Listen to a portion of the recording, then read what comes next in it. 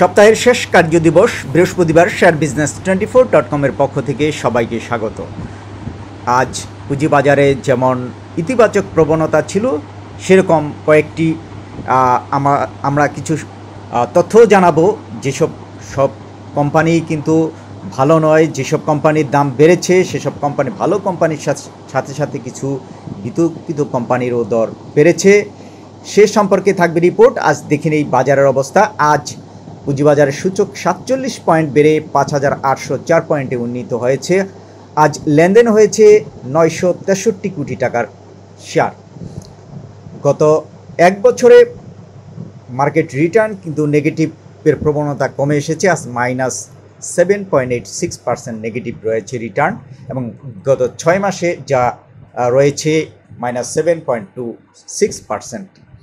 আজ 305টি প্রতিষ্ঠানের দরই কিন্তু বেড়েছে, কমেছে 76টির, এবং 34টির দর ছিল অপরিবর্তিত। আজ পজিটিভ মুভমেন্ট যেই শেয়ারগুলো ছিল, পজিটিভ সূচকের জন্য যেসব শেয়ারের ভূমিকা ছিল, প্রথমে ছিল ওয়ালটন হাইটেক, তারপর আইসিবি, তারপর BC, Lafarge Holcim, Olympic Industries, Prime Bank, Robi Axiata, Titas gas, তারপর ইউনাইটেড পাওয়ার, খান ব্রাদার্স। তারপরে নেগেটিভ ইন্ডেক্সের জন্য যেসব প্রতিষ্ঠান মূলত দায়ী বলা যায়, সেই প্রতিষ্ঠানগুলোর দরপতনের ফলেই কিন্তু সূচক কমেছে। সেই কোম্পানিগুলোর মধ্যে প্রথমে রয়েছে গ্রামীণফোন, তারপর মেরিকোস, তারপরে সামিট পাওয়ার, বার্জার পেইন্ট, তারপর রয়েছে KPCL, Square Pharma, Islami Bank, Beacon Pharma, Linde BD ও এনবিএল। অর্থাৎ স্কয়ার ফার্মা, গ্রামীণফোনের মতো ভালো কোম্পানির শেয়ার দরও কিন্তু আজ কমেছে। এর একটি কারণ হতে পারে যে এতদিন যারা এই শেয়ারটি গ্রহণ করেছিলেন তারা কিন্তু প্রফিট পেয়েছেন, যার ফলে সেল প্রেশার এই প্রতিষ্ঠানগুলোর ছিল। তার ইসলামী ব্যাংকেরও ঠিক সেম অবস্থা। তারপরে ন্যাশনাল ব্যাংকের কিন্তু পর্ষদ ভাঙার খবরে এই শেয়ারটির দরও কিছুটা বেড়েছিল, আজ কিন্তু কমেছে। এরকম আরও কিছু তথ্য জানাবো, আমাদের সাথেই থাকবেন। আশা করছি আমরা নিয়মিতই এই ধরনের তথ্য দিয়ে সবসময় আপনাদের পাশে থাকার চেষ্টা করব। এখন আমরা দেখব যে 13 কোম্পানির শেয়ার কিনতে চেয়েও পারেননি বিনিয়োগকারীরা। কেন পারেননি সেই প্রতিষ্ঠানগুলোর শেয়ার কিনতে, আজ সেটা নিয়ে কিছুক্ষণ আলোচনা করব। শেয়ার বাজারে আজ সপ্তাহের শেষ কার্যদিবস বৃহস্পতিবার সূচক ও লেনদেন বেড়েছে। এদিন প্রধান শেয়ার বাজার ঢাকা স্টক এক্সচেঞ্জের সূচক বেড়েছে 47 পয়েন্টের বেশি। বাজারে এমন উত্থানের দিনে সার্কিট ব্রেকার সর্বোচ্চ সীমায় হল্টেড হয়েছে 13 কোম্পানির শেয়ার। আজ জানেন যে সার্কিট ব্রেকারের যেই 2021 সালের 17 জুন যেই প্রজ্ঞাপন দিয়ে সার্কিট ব্রেকারের সীমা নির্ধারণ করা হয়েছিল, সেটা তুলে দেওয়া হয়েছে। আজ কিন্তু যেমন সার্কিট ব্রেকারের সীমা 10% যদি কোনো প্রতিষ্ঠানের বাড়ে তাহলে 10% কমবে। আর এছাড়া প্রকার ভেদে অর্থাৎ 3% থেকে 3.75% থেকে 10% পর্যন্ত শেয়ারের দর ওঠানামা করতে পারবে। অর্থাৎ এটা হলো শেয়ারের দরের উপর ডিপেন্ড করে এই সার্কিট ব্রেকারটা ওঠানামা করবে। আজ ডিএসসিতে যেসব কোম্পানিগুলো শেয়ার সার্কিট ব্রেকারের সর্বোচ্চ সীমা স্পর্শ করে হল্টেড হয়ে যায়, সেই প্রতিষ্ঠানগুলোর মধ্যে রয়েছে এডিএন টেলিকম, অ্যাপোলো ইস্পাত, central Pharma, Deshbandhu polymer, Fortune shoes, ICB, Khan brothers, Khulna printing and packaging, legacy footwear, Orion infusion, ring shine, তারপরে সাফকো স্পিনিং ও তুংহাই নিটিং। এটা শেষ বেলা পর্যন্ত এই শেয়ারগুলো কেনার জন্য মরিয়া হয়ে ওঠে বিনিয়োগকারীরা, কিন্তু এই শেয়ারগুলো হল্টেড হয়ে যাওয়ায় এই শেয়ারগুলো কিনতে পারেননি। হঠাৎ করে কেন এই শেয়ারগুলোর চাহিদা বাড়ল তা আমরা মাঝে মধ্যেই কোম্পানিগুলোর বর্ণনার মধ্যে তুলে ধরব। এডিএন টেলিকমের দর 9.89% বেড়ে আজ 91 টাকা 10 পয়সায় লেনদেন হয়েছে।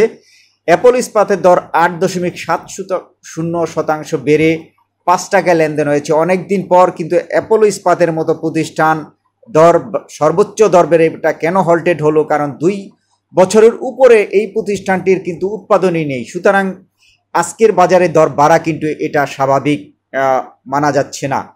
সেন্ট্রাল ফার্মার দর আজ 9.87% বেড়ে 42 টাকা 30 পয়সায় লেনদেন হয়েছে। দেশবন্ধু পলিমারের শেয়ার দর 9.92% বেড়ে 27 টাকা 70 পয়সা লেনদেন হয়েছে।